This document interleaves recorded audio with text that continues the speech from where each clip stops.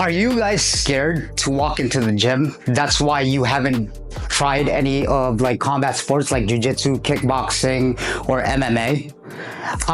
I know I used to be.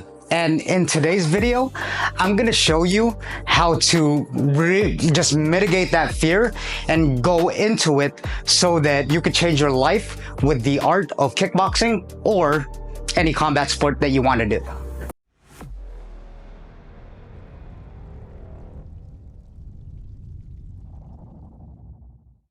What's going on, guys? My name's Chris. Welcome back to Sicat Kickboxing Club. Welcome back to the channel.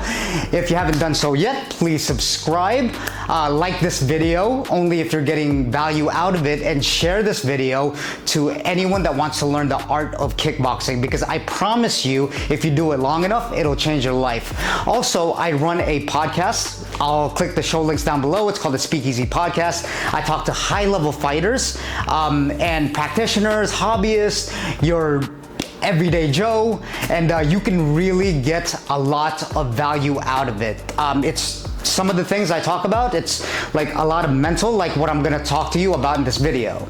So I'll get right into it. All right, guys, this video is gonna be a little bit different, okay? I was talking to one of my training partners, and he's actually one of my clients, which I consider now my training partner, because he's been doing it for close to 8 months to a year. So he's not that new to it, but in that world he is. So he still has some doubt, and I guess you could say a little bit of imposter syndrome, to where he can't still believe that he's an actual fighter, okay? And in today's video, like I mentioned in my introduction, I want to talk about like the fear of actually going into, let's say, a Muay Thai gym, a kickboxing gym, a jiu-jitsu gym. I know this is a kickboxing channel, but heavy on the kickboxing channel, but it relates to everything that we do in life, especially in combat sports. So, number one, guys, to be honest with you, and I'm just gonna go out with it, no one really cares. You know, when I first started, like I mentioned, I was one of those guys. Like I was very young too, which is even more intimidating because I knew what I was walking into. Now, as a young guy, you know, when I used to be like 21, 22, 20s, in my 20s, younger 20s, yes, I had this like egotistical young man energy where I felt invisible. It's like, yeah, bro, I see red, man, I could take on these fighters. Oh boy, you know, when you start making it a reality and then you're on the way to like a MMA gym that you yelped, the reality of it starts setting in, and then I don't know about you, but then you start getting anxiety because your mind goes to those places to where it's like, oh my goodness, I'm gonna be actually getting coached by like a pro fighter or someone that's very experienced. And what I'm here to tell you is that it's completely normal. It's completely normal to be able to be scared. And one of the strategies that I use is that, honestly, I just reframe it, because all it is that your mind telling you to kind of be scared, because that's how we were programmed, right? Whenever you feel like you're in danger, your mind will automatically go to fight or flight mode, which is in your like amygdala, which, you know, sets off all limbic system, you know, it sets off all these responses, and it's going to think of the worst case scenarios. It's kind of like, oh, if I go in there, am I gonna get judged? Like, forget the getting punched in the face at first. You think in your head, oh my goodness, am I gonna get judged? Oh crap. Like, that's how I was feeling. I was some skinny kid going to the gym. I didn't lift before. I had no confidence. In my head I did. I thought I could beat everyone up in my head, but I knew internally, I acted like it, but I knew internally that was not the case, because it started to set in when I was driving to an MMA gym.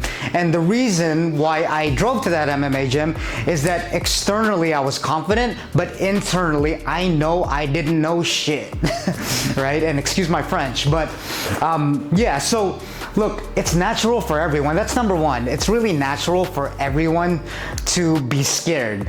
So listen, there's no other way to do it than take a free trial class, right? See how it is. And look, if you don't like it, dip out. It's all good. you know? But I assure you, if you go to the right gym, then everyone is very welcoming, right? Especially the guys that are experienced, because they've been there before. It's kind of like walking into a gym and, you know, not like thinking everyone's judging you. To be honest with you, no one cares. Like, no one really cares. People over there, they're like, oh, who's that new guy? Okay, cool. And then they just kind of like forget about it, and then they're planning to get in and out after. They're thinking about what to eat after. So that's really the other side of mentality. So you can reframe it that way. And yeah, that's a good way. Number 2, this is a big one for me whenever I get scared of anything, especially when I still spar high-level fighters. Man, this is a huge one, is that I just reframe it. Reframing it means, like I mentioned in my other step, reframing is just thinking about it the other way, okay? So when I get the anxiety, even till this day, like I feel like I'm gonna get kicked in the face or something, and then I'm gonna bleed all over the place, and then all of a sudden I'm gonna die or something.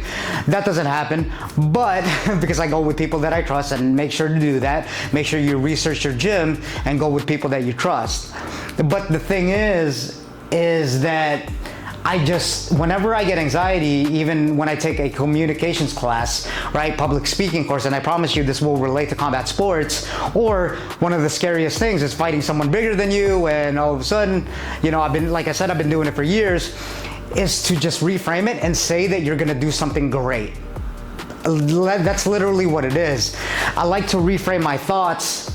And whenever I feel that butterflies in my stomach, and especially when I used to compete in San Diego, you know, those smokers and exhibitions, that's what I do. Walking out of there, I'd say, listen, man, there's, like, I literally talk in my head and fantasize it in my head that there's no stake in this. It's only gonna make me better. And the reason why I have these butterflies in my stomach is because I'm gonna do something great instead of being scared of it. And look, that's another point, is that I want to reiterate that, because everyone's scared. Everyone's scared. Like, everyone in life is just scared to do what